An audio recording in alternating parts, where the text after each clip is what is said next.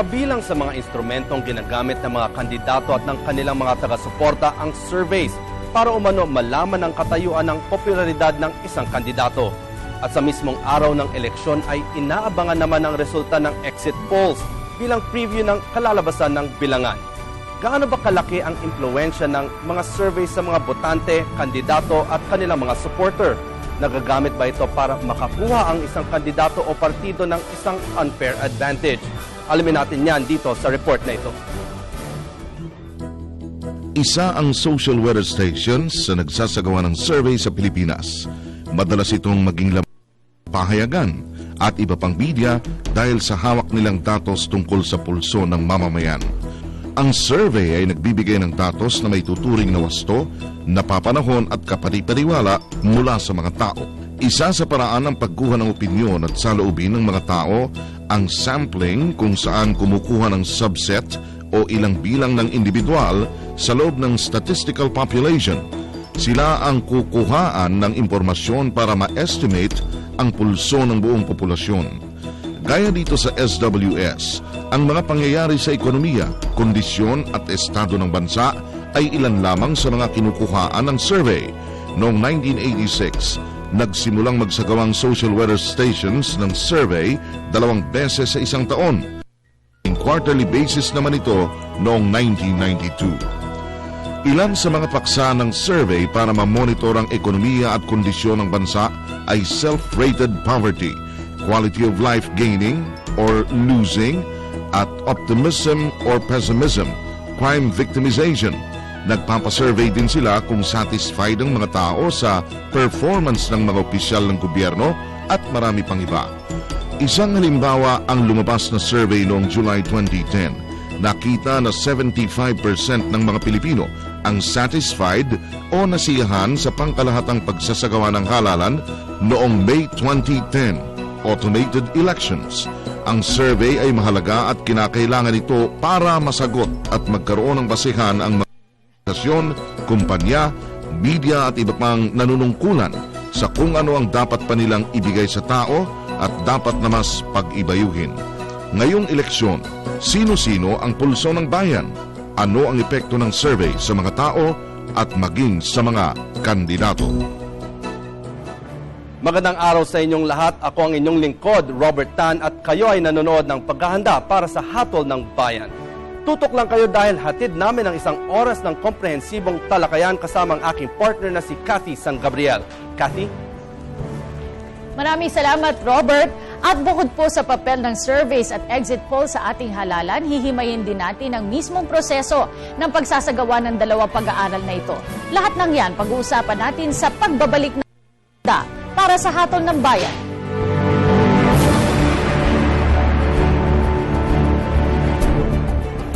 Ang paraan ng pagsasagawa, panunuri at paglalathala ng survey o opinion poll ay ibinabalangkas ng mga akademiko at eksperto sa siyentipikong pananaliksik, katulad ng statisticians, sociologists, market analysts at political analysts. Ang metodolohiya ay ginagabayan ng mga pandaigdigang kalakaran at alituntunin katulad ng International Code of Practice for the Publication of Public Opinion Poll Results at iba pang gabay ng mga akademiko at mananaliksik.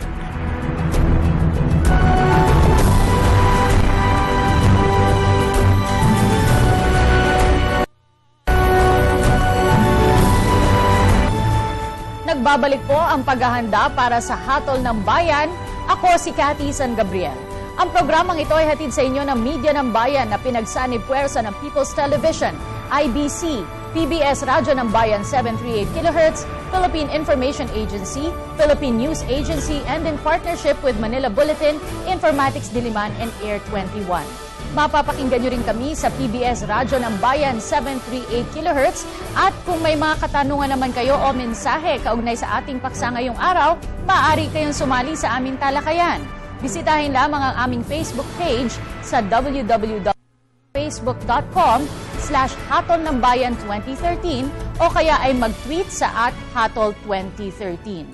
Kasama po natin ngayong araw si Dr. Mahar Mangahas, ang co-founder at presidente ng Social research institution ang Social Weather Stations. Isang dating professor of economics sa UP Diliman, si Dr. Mangahas, at nakuha niya ang kanyang PhD in economics sa University of Chicago. Siya po ang former Philippine National Representative of the World Association for Public Opinion Research and a member of the American Association for Public Opinion Research. Dr. Mangahas also authored the books Measuring the Quality of Life, Philippine Social Indicators, and the Philippine Social Climate. Welcome po sa paghahanda Hatol ng Bayan, Dr. Mangahas. Salamat, Kat. Unang-una po, ipaalam po natin sa ating mga kababayan, ano nga po ba talaga ang ibig sabihin ng survey? Ang isang survey ay isang research tungkol sa mga opinions ng maraming tao, buong mga Pilipino, sana, na siyentipiko na nanggaling sa pamimili ng mga respondents sa random process at gumamit ng siyentipikong questionnaire na neutral, hindi leading one way or another, no? At i-report din ng buo at sa isang fair process para sa education, para sa impormasyon ng lahat, no? So yan ang general overview niyan, ano? Ang surveys ay sa totoo ang pinaka-importanting proseso sa pagkuha ng data sa anumang social conditions. Kung nagsisimba ang mga tao, surveys yun. Opo. Halimbawa, no, anong akala nila sa gobyerno? Surveys yan. Kung naninigarilyo sila, surveys yan. So, kung question ng mga surveys, ano bang mga datang matitira? Wala na, no? Kasi ang lahat na yon ay kailangan manggaling sa sampling, di ba? At sa pagtatanong na neutral, na hindi leading, hindi pang propaganda, kundi pang-aral talaga kung ano ang sitwasyon. So, iba-iba po alam natin yung mga dahilan kung bakit kinakailangan natin itong mga data na ito. Pero sa SWS po, matagal na po kayo nagsasagawa ng surveys. And pakikwento po sa amin kung bakit, anong purpose po ng SWS na isinasagawa niyo po ito? Ang SWS, kami isang institute, ano? Hindi kami company o business, not for profit kami. Ang intensyon namin ay ilabas ang social climate nga, weather nga, kumusta ang mga tao tungkol sa economic conditions, social conditions, political conditions, lahat-lahat ng mga conditions na yon, para dahil sa information na ito ay may magagawa para ma-improve ang mga quality of life ng mga tao. No? So yan ay taon-taon namin ginagawa, hindi lang election season. Okay? Pero importante ang mga eleksyon. Alam mo kung bakit? Bakit no? po, sir? Kasi itong eleksyon lang, sa isang democracy, no? Kasi dito lang may mga eleksyon. Ito ang pinagbabasehan ng quality ng surveys.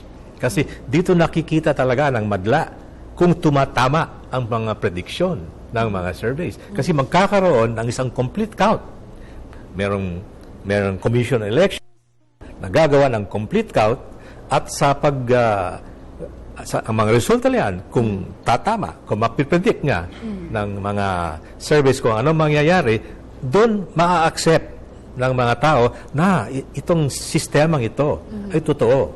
Scientific talaga ito. No? Kaya't kung i-accept nila na okay ito sa paggawa ng mga votes, edi okay din ito sa sinasabi ng mga tao tungkol sa halimbawa paninigarilyo sila. Yes. Di ba? So, equally accurate yung mga yon. Kasi pareho ang sistema noon. Kung sabi ng mga tao, kung mahirap sila, kung nagugutom sila, edi dapat kasing husay din, kasing kalidad din yung mga datang yon. See? So, every 3 years, you see, this is the opportunity to test over and over again the quality of the surveys, you know. Abroad, maraming mga surveys ginagawa. Every election season, parang may competition ang mga survey institution kung sino pinakamalapit sa mangyayari dyan. At kung sinong mas malapit, syempre, pinagyayabang nila. Kumbaga yung batting average po nila. Yes. So you can see that sa elections lang may batting average. Kasi sa ibang mga subject matter, wala. Hirap i-measure po. Kasi walang population count. Yes. Ito ay sampling lang, no? Sampling, population. Di ba? Anong mga populations na binibilang? Bihira ang mga population na binibilang kasi napakamahal yon. But in a democracy, kailangan may full count. Yan ang population. Ayan. Dr. Mangaha, sabi nyo nga po, scientific ang pagsasagawa ng isang survey. Umpisahan po natin dun sa mga nagsasagawa ng survey. Sino-sino po ba ang mga qualified na tauhan ninyo na nagsasagawa nito? Teka muna, nagsagawa, ibig sabihin yung mga interviewer? Opo.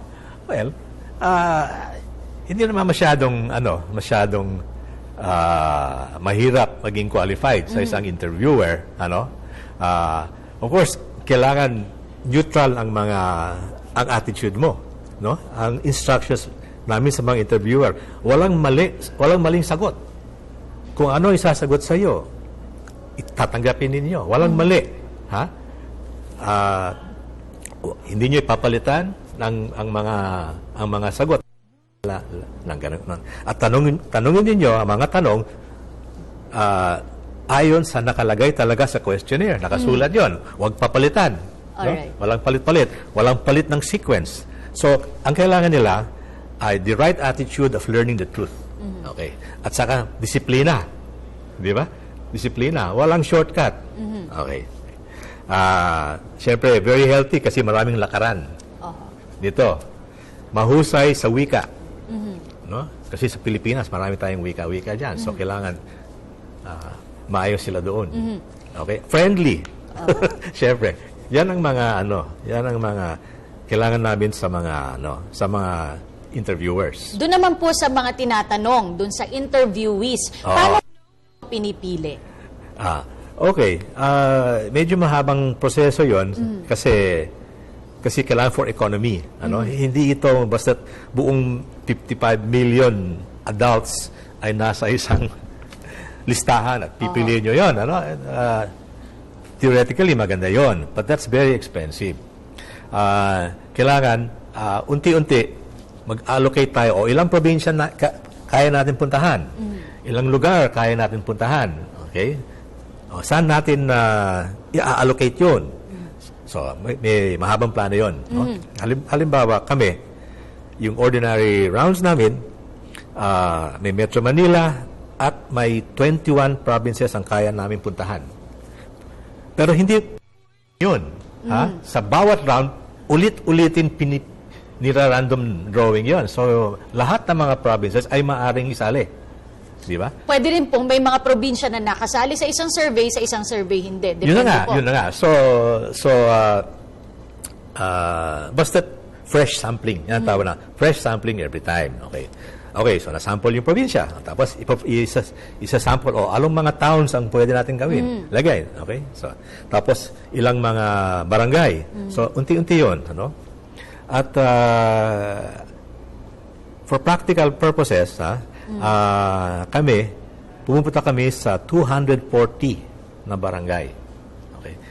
Na from survey to survey, palit ng palit yun kung saan yun. Okay? Barangay, limang households lang ang pupuntahan. Okay? Yung 5 yon ay galing sa isang tawag na random walk process, no? May umpisahan. Saan ka mag-uumpisa? Halimbawa, barangay captain's house. Yes. Okay. Pero pati yung umpisahan yan, random din yon kasi pwedeng simbahan, pwedeng police station. Okay. Pipiliin mo na yan. Okay. Dr. Mangahas, mamaya ipagpapatuloy pa po natin yung pag-explica nyo kung paano itong proseso ng pagsasagawa ng survey. Para po sa mahalagang punto ng diskusyong ito, puntahan natin ang aking kasamang si Robert Tan. Robert? Maraming salamat, Kathy. Ang survey ay isang tool, o isang instrumento na nakakapagbigay ng impormasyon. Ilabas ang social weather ng mga tao katulad ng economic condition, political condition at iba pa. Hindi lang sila useful tuwing eleksyon dahil pinagbabasehan ito para makita natin kung effective at may kalidad ang mga serbisyong ibinibigay sa tao. Natitiyak natin dito kung gaano rin kahalaga ang eleksyon dahil na-verify natin kung gaano kataas ang accuracy ng surveys na lumalabas. Bisitahin lamang ang aming Facebook page sa www.facebook.com/hatolnangbayan2013 o kaya ay mag-tweet sa @hatol2013. Huwag kayong alis, ito ang paghahanda para sa Hatol ng Bayan.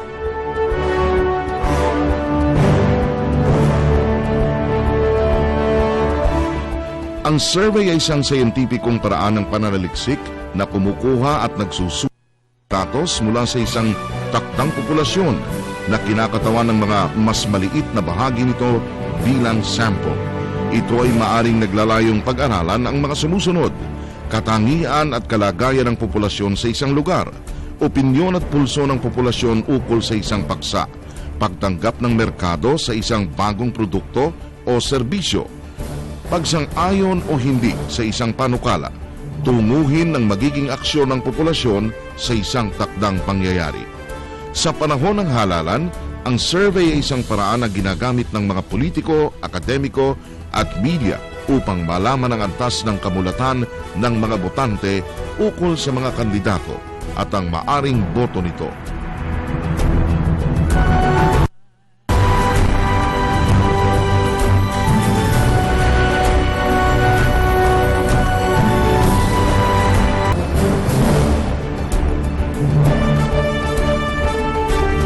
Oo naman, dahil kasi ano naman yun, no, ng factual naman yung ginaganap at saka mga tao in-interview naman isa-isa yung mga ano, at saka sa survey na yon doon natin mababasihan kung sino talagang credible at saka kung sino ang dapat natin botuhin.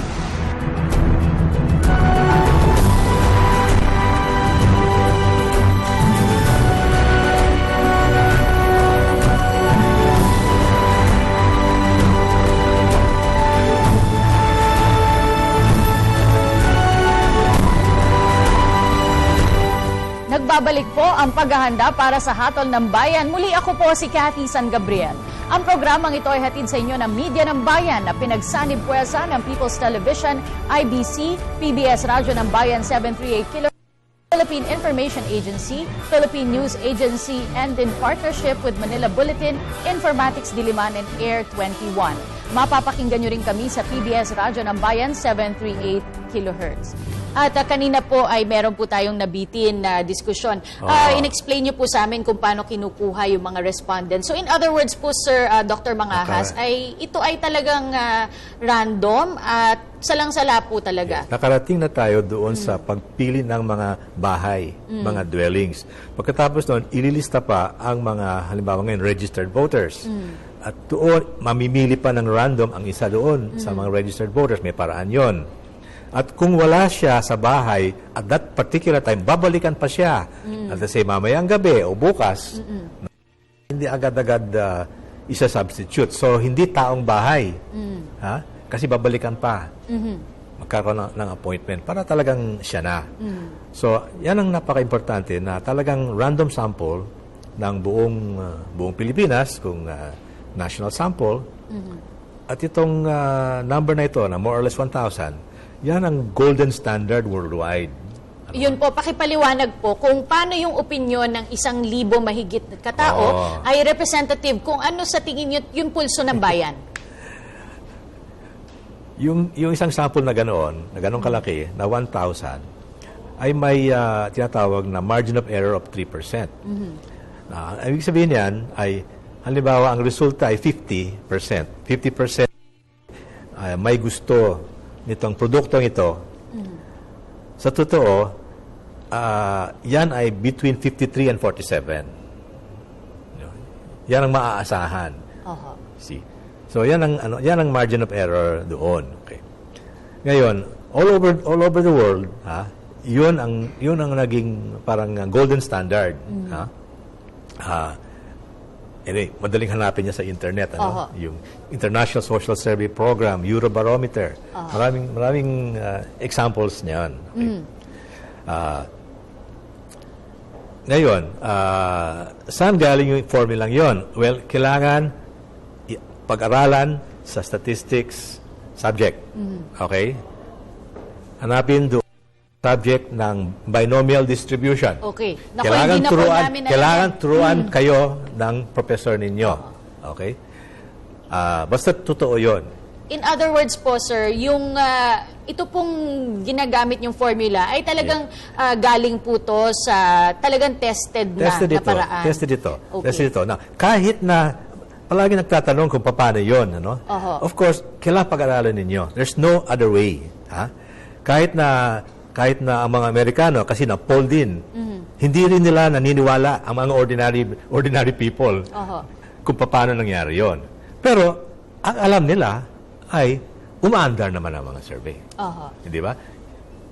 Kahit sino man, alam ninyo na ang eroplanong talagang pero hindi ninyo alam ang prinsipyong aerodynamics kung paano gumawa niyan. Basta lumilipad, di sumakay kayo, it's safe.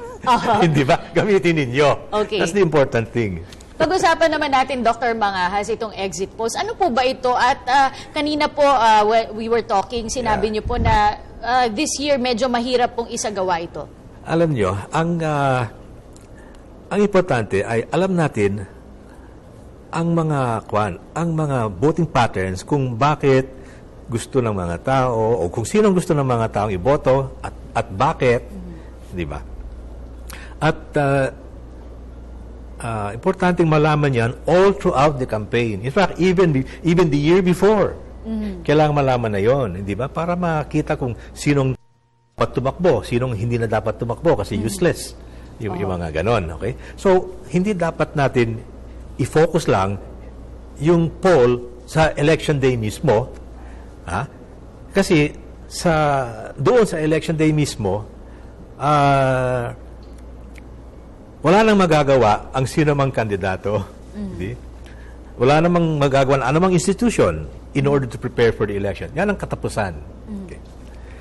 Now, I'm sorry to say that itong taong ito, 2013, dahil ang pangako ng COMELEC ay ilalabas nila ang resulta ng agad-agad, parang wala nang gustong mag-sponsor exit poll ng mga media. Kasi sila lang ang nakaka-afford niyan eh. Di ba?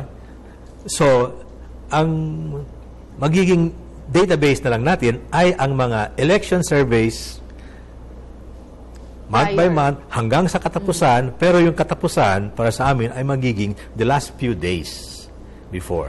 Last few days before. Not the day itself. Okay. Yung last few days na yon ay syempre yun ang prediction kung anong mangyayari. Okay? So, it's only, parang sayang, well, sayang, pero sayang din yung pera, if you were to spend on an exit poll, na walang may kayang mag-sponsor ng exit poll sa taong ito. Okay. Now, gagawa ng exit poll, kung meron, no? At nagkaroon na, marami na tayong nangyari sa past. The past, okay. Yes. Ang mabibigay sa exit poll ay hindi lang kung sinong nanalo. Hindi yan importante eh. Hindi yan ang pinaka-importante. Okay. Nung mabagal ang COMELEC. Importante po yun. Noon. Pero kung mabilis ang COMELEC, hindi ba? At tiwalaan, siyempre, okay. Not so important. Although sa US, pwede pang unahan ng exit poll ang kanilang official, by hours. Hindi ba? Pwede din, so, palagay ko, if we can convince the media eventually na within 1 hour may results na, baka kunin nila. So, but so, that's for yung mga nagmamadali lang, pero that's not the important thing eh. Ang important thing is maiintindihan ang voting decisions. For example, vote mixing. Kung may votes for president, sino naman ang vote for vice president na kasama nun? Not necessarily on the same party. Exactly. Now, doon na pag-aralan sa 2010, halimbawa, and even the previous elections, di ba? Palaging ibang partido ang partido ng vice presidential winner kaysa presidential winner. Okay.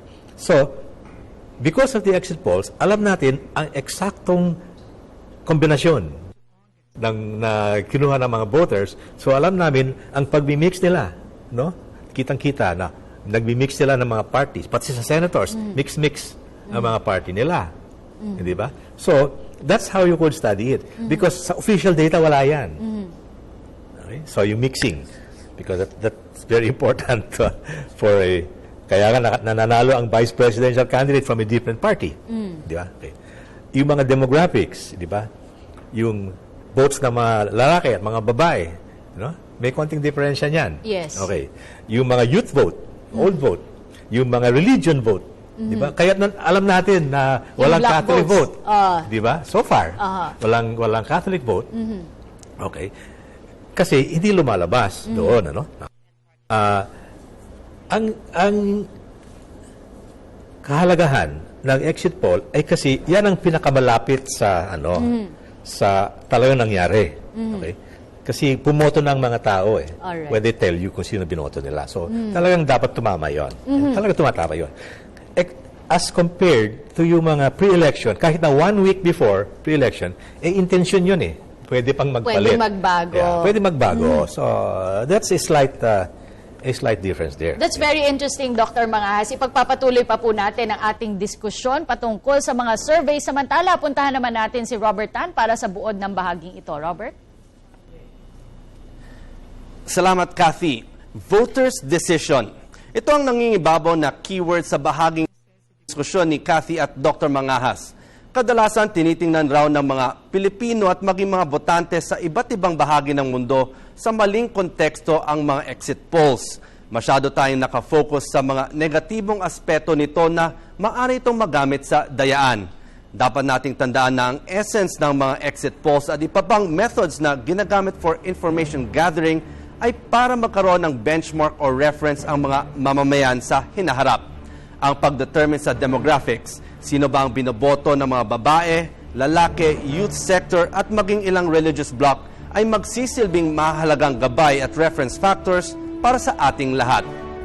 Magbabalik po ang paghahanda para sa Hatol ng Bayan.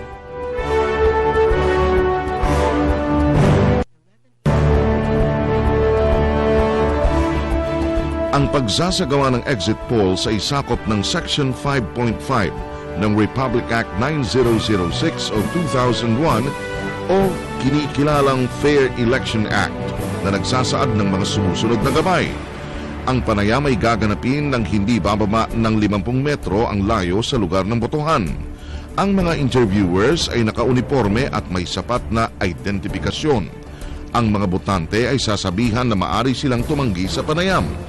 Ang resulta ng exit polls ay lalabas lamang pagkatapos ng oras ng botohan at malinaw na nagsasaad ng kabuuang bilang ng mga botanteng nakapanayam at lugar kung saan ito ginanap. Kasama rin dapat dito ang pagsabi na ay hindi opisyal at hindi kailanman nagtatakda ng katiyakan ng resulta.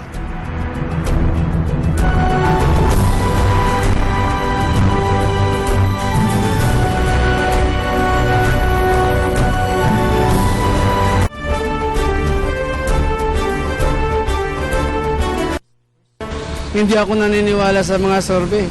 Unang-una, lalo ngayon sa mga pahayagan na nababasa ko sa ngayon, halos bayaran po yun yung mga survey na yun. Hindi po ako naniniwala.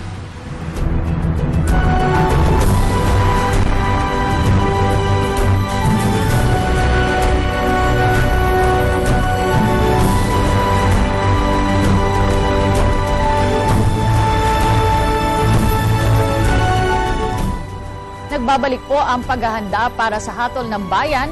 Ang programang ito ay hatid sa inyo ng Media ng Bayan na pinagsanib puwersa ng People's Television, IBC, PBS Radyo ng Bayan 738 kHz, Philippine Information Agency, Philippine News Agency, and in partnership with Manila Bulletin, Atix Diliman, and Air 21. Mapapakinggan nyo rin po kami sa PBS Radyo ng Bayan 738 kHz. At kanina po ay tinanong natin sa inyo yung tungkol sa surveys and then yung pagkakaiba nito sa exit polls. Ngayon po yung accuracy naman po. Were there times po na yung exit polls ay naging iba dun sa resulta ng halalan? Well, may isang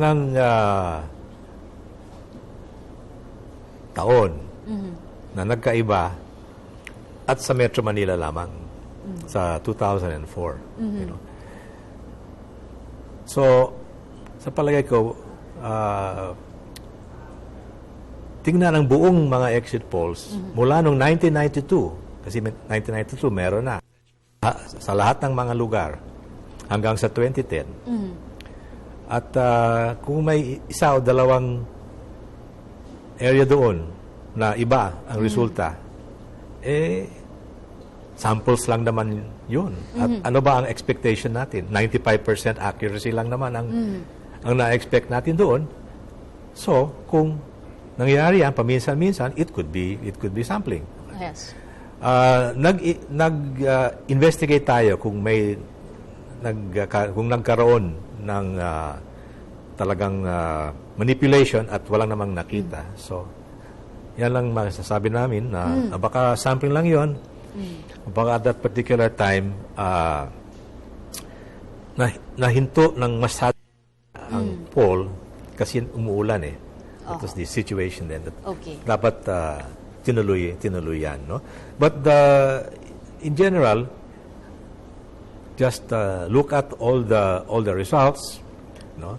Not just the final day, but even the other days of the surveys, and compare with the actual election results, and you'll see that there's a very, very high 95% correspondence of the outcome with the polls, no? And like I said, that's the test of quality, di ba?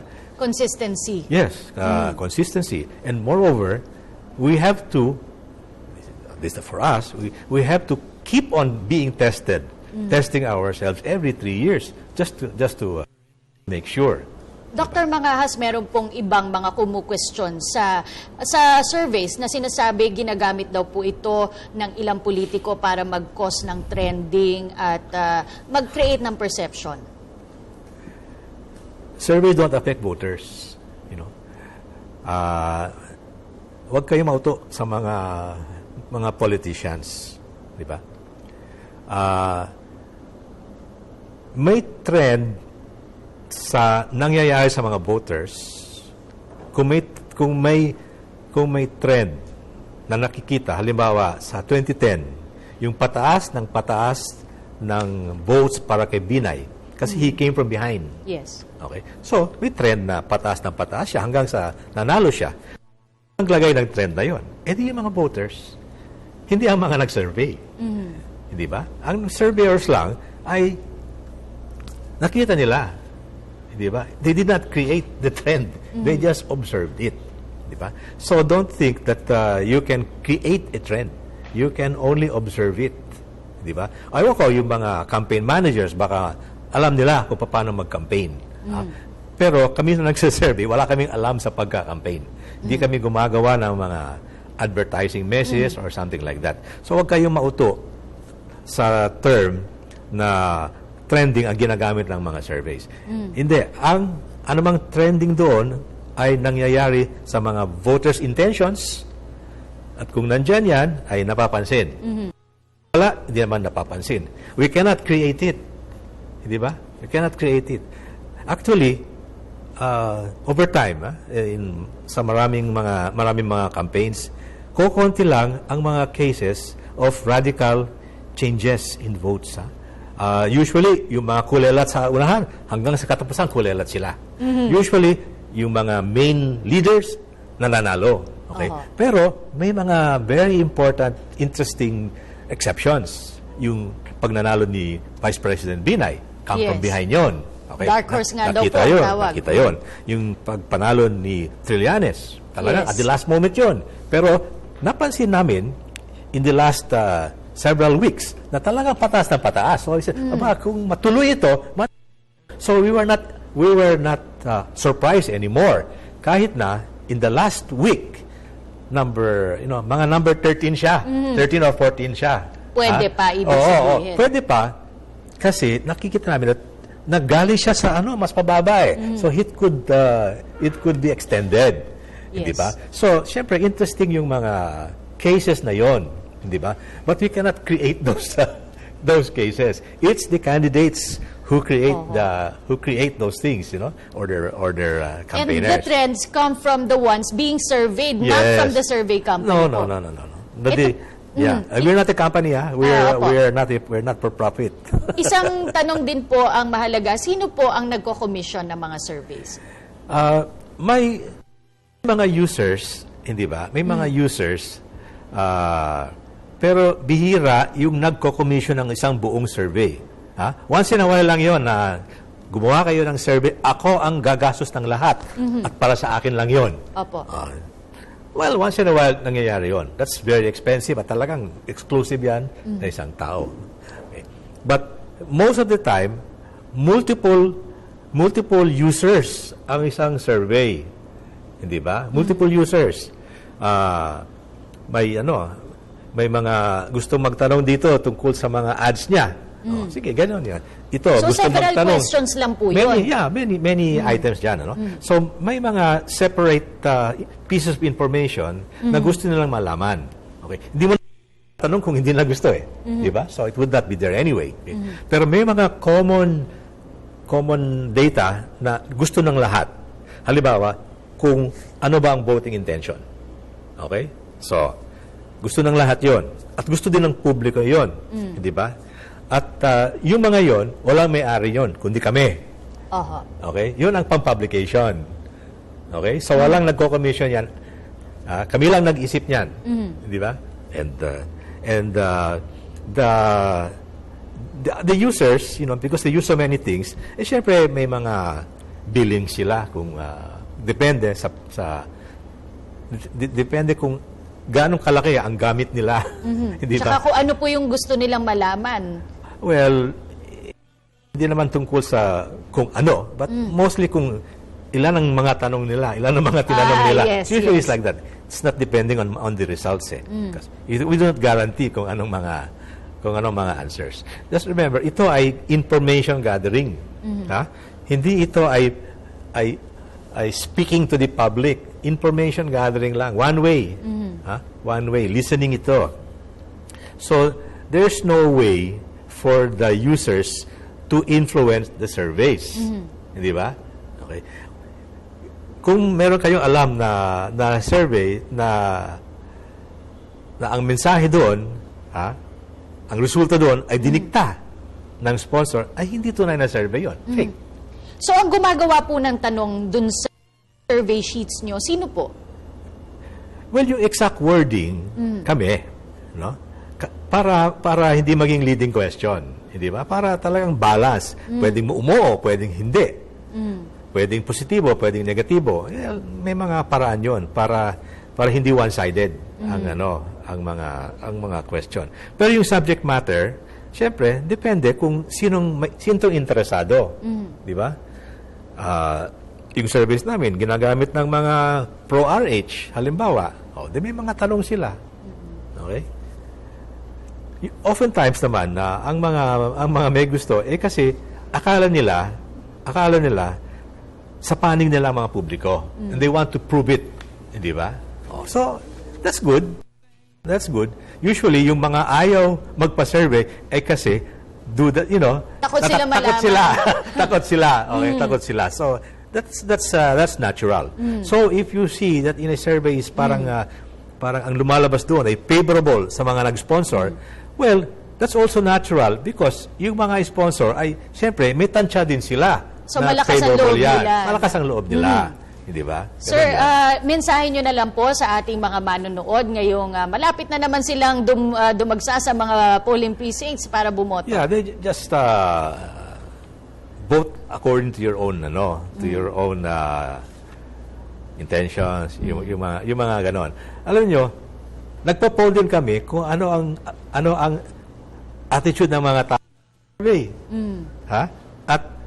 At karamihan sa kanila ay sabi okay lang, gusto nga nila na meron ganon, pero wala na epekto yon sa vote namin. Di ba? May mga nagsasabing konti na may epekto. Gusto nila doon sa mga yamado.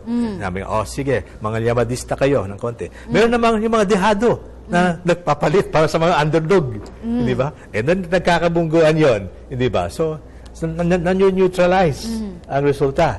Meron ding mga iba, senatorial contest ito, na nagpapalit, kumukuha ng mas maraming yamado, kumukuha ng mas maraming dehado. So, alam mo, may mga konting-konting ganon. But the general result is, wala namang effect, no? Ang mga surveys, no? Kung may effect man, hindi naman masama yun, di ba? Kayo dito sa opisinang ito, mag-uusap-usap kayo, malalaman yung mga opinions. Kung gusto niyo magpalit ng boto ninyo, okay lang yan. Hindi ba? Ngayon, alam mo na, baka magpalit ka sa yamado. There's nothing wrong there. But as a matter of actual results, wala naman. Wala naman. Talagang neutral ang mga surveys. Gusto nga namin yon para lumabas talaga yung sinabi nila. Alright. That's good for the industry. Alright. Maraming salamat po sa inyo, Dr. Mahar Mangahas, sa pagbibigay sa amin ng isang napaka-interesanting diskusyon at pagpapaintindi sa amin tungkol sa mga paraan kung paano isinasagawa ninyo itong mga surveys at yung mga exit polls. Magbabalik po ang paghahanda para sa hatol ng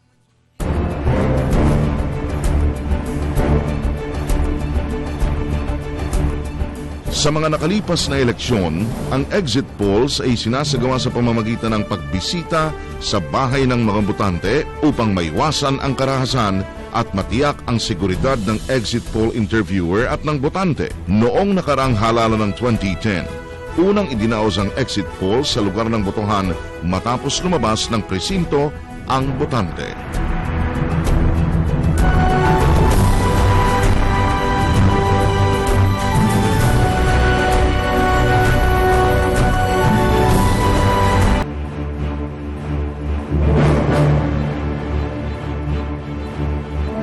Surveys na yan, no? Yung first exposure ko actually yan, yung sa college, pag gumagawa ka ng thesis, di ba, gagawa ka ng surveys, titingnan mo yung paggawa ng market research, at it's a very complicated process. But ito nga yung sa mga organization tulad ng SWS, mas malawak kasi yung sinasabi lang random sampling, yung process niya very complicated. Kaya kailangan talaga, sinasabi nga, kailangan you have to be educated about this para kung alam mo talaga anong kalalabasan nitong survey, what is the importance, bakit ka nagsasurvey. Hindi lang naman ito ginagamit sa eleksyon, pati yung mga private companies sa mga produkto nila para malaman nila ano yung perception ng mga produkto nila sa mga tao. We are very honored actually, Robert, to have had Dr. Mangahas explain it himself to us kasi bihirang-bihirang magpa-interview si Dr. Mangahas. And he explained naman the methodology that they use and sabi nga niya, itong pamamaraan ng pagsasagawa nila ng survey ito ay globally accepted. Ito ang ginagamit din ng ibang survey firms sa iba't ibang mga bansa. Scientific basis. Yes, may formula yan. Yes, may formula. Kaya, yung maganda yung sinabi niya kanya, parang yung sumasakay ka aeroplano, hindi mo alam na paano siya lumilipad, pero sumasakay ka. Parang gano'n. Naniniwala ka na lumilipad yun. At mahalaga rin sa sinabi niya yung trending, no? Kasi kadalasan may perception na ang survey ay ginagamit para kondisyonin ang isipan ng tao. Ang sinabi naman ni Mangahas, and this is coming from the point of view nung mga researcher nga tulad niya, na ang trending po ay nanggagaling sa atin, dun sa sinurvey mismo, at hindi po sila ang gumagawa nito. Oo, kasi yung mga question, yung mga tao mismo ang sumasagot nun, doon lang nila nakikita yung results. Kaya in the end, yung mga tao, yung mga bumoboto, sila ang decision lies with them, not with the who's doing the survey at yung mga results na nakukuha natin from that. At tandaan natin na bagamat ginagamit ang mga surveys at exit polls bilang indicators ng mga napupusuan at popular na kandidato sa mga botante, ang ating mga boto pa rin ang magtatalaga ng ating mga magiging leader, kaya huwag nating sayangin ng karapatang ito. Ako si Robert Tan. Pinasasalamatan po namin ang Ergo Contracts Philippines para sa ating tables and chairs. Matatagpuan po sila sa 2634 Rockefeller Street, Barangay San Isidro, Makati City. Pwede ninyo silang tawagan sa numerong 843-1177 at maaari ninyong bisitahin ang kanilang website sa www.ergocontracts.com. Maraming salamat po sa aming naging panauhin at syempre maraming salamat rin po sugid na tagapanood ng paghahanda para sa hatol ng bayan. Muli, ako po si Cathy San Gabriel. Magandang araw sa inyo lahat.